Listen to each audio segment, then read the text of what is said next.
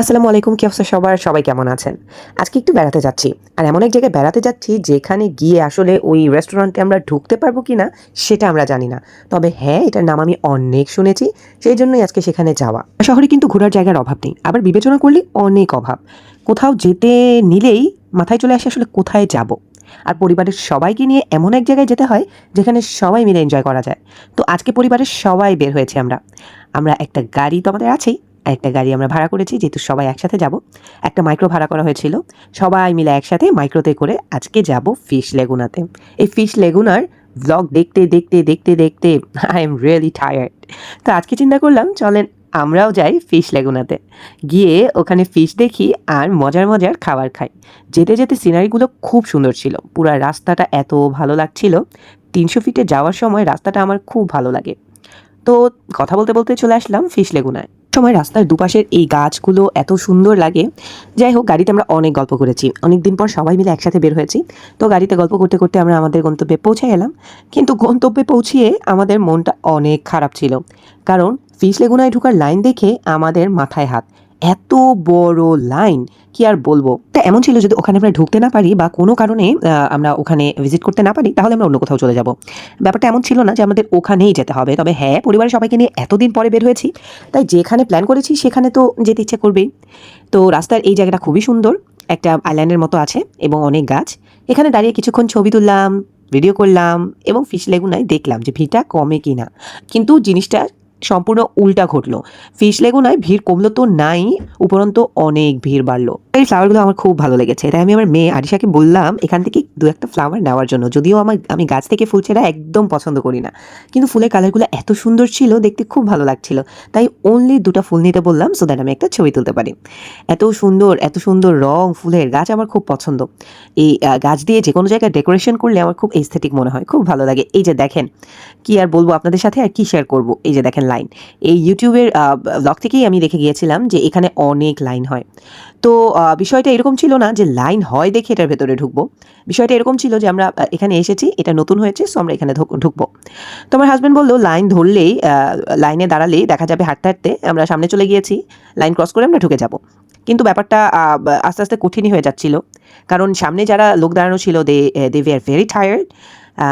at a certain time they became very angry and they started shouting যে কি ব্যাপার, এত লাইন কেন বা কিছু একটা হচ্ছে। হ্যাঁ, তো যাই হোক, আমরা ধৈর্য ধরে এতগুলো মানুষ আস্তে সামনের দিকে যাচ্ছিলাম। গল্প করে একদম যখন সামনে পৌঁছে গেলাম এবং ঢোকার সময় হয়ে গেল, তখন বুঝতে পারলাম যে তারা সবাইকে ফিশ লেগুনায়, দ্যাট মিনস রাইট সাইডের যে ডোরটা দিয়ে ফিশ লেগুনায় ঢুকে ওখানে না পাঠিয়ে উপরে পাঠিয়ে দিচ্ছে।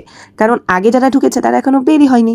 আর এইসব জায়গায় ঢুকলে কি আর সহজে বের হয়? ধরেন একটু সুন্দর ভেতরটা অনেক গরমে দাঁড়িয়ে ঢুকে আর একটু ডিফারেন্ট করা হয়েছে, নিচে ফিশ দেখে আর খাওয়া দাওয়া করে।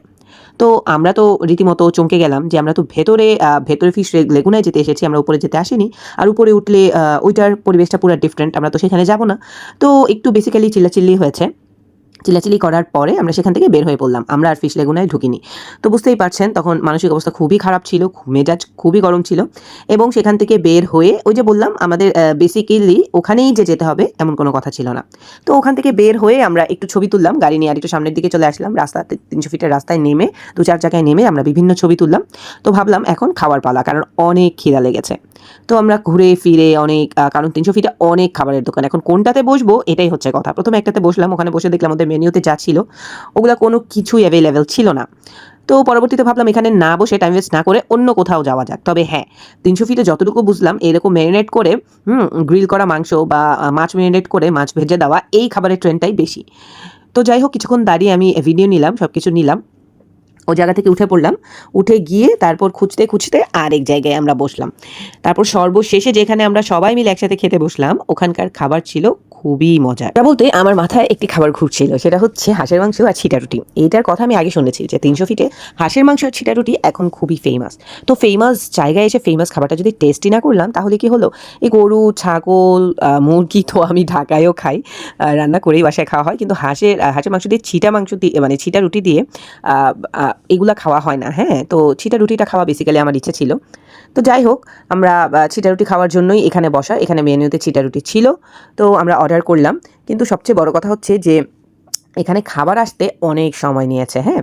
কারণ অনেক রাশ ছিল, হিউজ রাশ। এই দোকানটাতে সবাই আসছে, হ্যাঁ, খাওয়ার জন্য। তো আমরা সবাই মিলে বসলাম। যেহেতু আমরা মানুষ অনেক বেশি, আমাদের এক টেবিলে হচ্ছিল না। ২-৪ টেবিল একসাথে করে এখানে বসা হয়েছে। এখন খাবার মেনু সিলেক্ট করার জন্য লোক আসলো যে আমরা কি খাবো? সবাই কনফিউজড আসলে কি খাবো? কারণ তাদের কাছে সবই অ্যাভেইলেবল ছিল এবং প্রত্যেকটা আইটেমই খুবই মজার ছিল। একেকজন আমরা একেকটা অর্ডার দিচ্ছিলাম। কেউ ছিটা রুটি, কেউ হাঁসের মাংস, কেউ কালাভুনা, কেউ গ্রিল। তবে হ্যাঁ, যেটা খেতে এসেছি সেটার থেকেও বেশি মজা লেগেছে মুরগির গ্রিলটা। মুরগির গ্রিলটা এত মজা ছিল, একটু ডিফারেন্ট ছিল। একদম ছোট, ছোট পিস করে কাটা এবং মসলা দিয়ে সেটাকে গ্রিল করা, খুবই টেস্টি ছিল। টক মিষ্টি ঝালের যে টেস্টটা না, ওটা অনেক মজা লেগেছিল আমার। আর আমি হাঁস দিয়ে ছিটা রুটি অর্ডার করেছিলাম, বাট আমি ওই ছিটা রুটি দিয়ে ওই চিকেনের ওইটাই খেয়েছি। আমার কাছে মজা লেগেছে, এটা স্পাইসি ছিল। আমার বাচ্চা দুটাও ওটা অনেক পছন্দ করে খেয়েছে। যদিও স্পাইসি ছিল, স্পাইসি হওয়ার জন্যই বেসিক্যালি মনে হয় এটা ভালো লাগছিল। হ্যাঁ, হাঁসটা আমার এখানকার তেমন একটা ভালো লাগেনি, কারণ হাঁসের ঝোল সেটা একদম বেশি ঘন করে ফেলেছিল। হাঁস দু রকমের পাওয়া যায়, হান্ডি হাঁস আর হচ্ছে নর্মাল রান্না করা হাঁস। আমি হান্ডি হাঁস নিয়েছিলাম, তবে নর্মাল রান্না করা হাঁসটা বেশি মজা ছিল। হান্ডি হাঁসটা আমার নেওয়া ঠিক হয়নি, হ্যাঁ। সেটাতে মশলার পরিমাণটা বেশি ছিল, নট মশলা বলতে পারি এক্স্যাক্টলি, পেঁয়াজটা বেশি দেওয়া হয়েছিল, হ্যাঁ, বেশি পেঁয়াজ দিয়ে রান্না করা হয়েছিল। সেই জন্যই আমার কাছে তেমন একটা ভালো লাগেনি। আমার কাছে চিকেনটাই বেশি ভালো লেগেছে। চিকেন বলতে ছোট ছোট পিস করে বটি করে ঝাল চিকেন দিয়ে ছিটা রুটি, হ্যাঁ, এই খাবারটা আমার ভালো লেগেছে। এই যে এখানে তাদের রান্না সব কিছু তারা এখানে রান্না করে, হ্যাঁ, তাদের রান্নার ইয়েটাও খুবই সুন্দর। এই যে ছিটা রুটি তৈরি করা হচ্ছে, তো এই ছিটা রুটি না, সরি, এটা হচ্ছে ছিটা রুটি না, এটা রুমালি রুটি, হ্যাঁ। ছিটা রুটিটা আমি দেখিনি, হ্যাঁ, আমার খুবই দেখার ইচ্ছা ছিল ছিটা রুটিটা তারা কীভাবে বানায়, এবং স্ন্যাপ নেওয়ার ইচ্ছা ছিল, ভিডিও নেওয়ার ইচ্ছা ছিল, কিন্তু আসলে ওইটা আর করা হয়নি।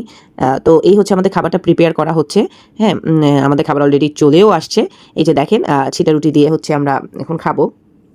আমার কাছে ছিটা রুটিটা আসলেও মজা লেগেছে। সবাই মিলে একসাথে খেতে বসেছিলাম, তো একজন এক একটা মেনু নিলেও আমরা সবাই সবার মেনু টেস্ট করেছি, সবাই সবার থেকে খেয়েছি।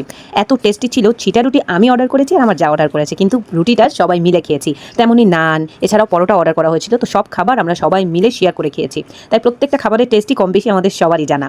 তো এই হচ্ছে আমরা সবাই এখনও খাচ্ছি। চিকেন, যে বটি চিকেন ছিল, ওইটার টেস্টটা অনেক ছিল, বাট ওইটা টু মাচ স্পাইসি ছিল। স্পাইসি থাকার পরও বাচ্চাদের ছিল সেটা অনেক ফেভারিট, কারণ বাচ্চারা স্পাইসি, স্পেশালি আমার বাচ্চারা স্পাইসি খাবার খুব পছন্দ করে। ফ্রেঞ্চ ফ্রাই, চিকেন ফ্রাই সব কিছুই মোটামুটি কম বেশি অর্ডার করা হয়েছিল।